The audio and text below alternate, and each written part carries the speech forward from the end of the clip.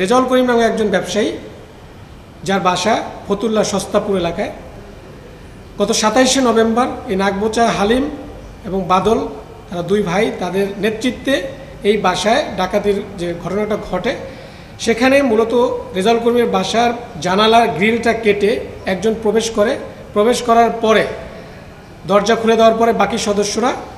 ভিতরে প্রবেশ করে এবং বাসার ভিতরে যারা যারা ছিলেন তাদেরকে হাত পা বেঁধে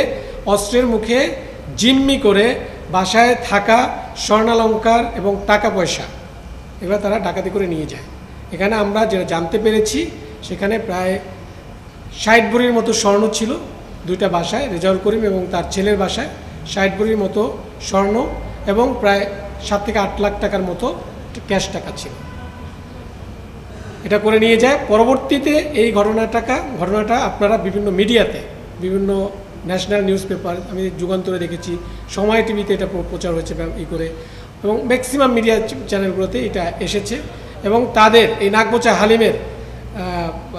ছবি সহকারে, সিসি ক্যামেরার যে ছবি সেটা সহকারে কিন্তু প্রকাশ পায় এবং সেটাকে লক্ষ্য করেই আমরা আমাদের কার্যক্রমটা চলমান রাখি। এবং সেই গোয়েন্দা তৎপরতারই গতকাল আমরা একটা আমাদের চৌকস আভিযানিক দল সিদ্ধিরগঞ্জের বাস স্ট্যান্ডের যে অভিযানটা পরিচালনা করে এবং সেখান থেকে তাকে আমরা অ্যারেস্ট করতে সক্ষম হই।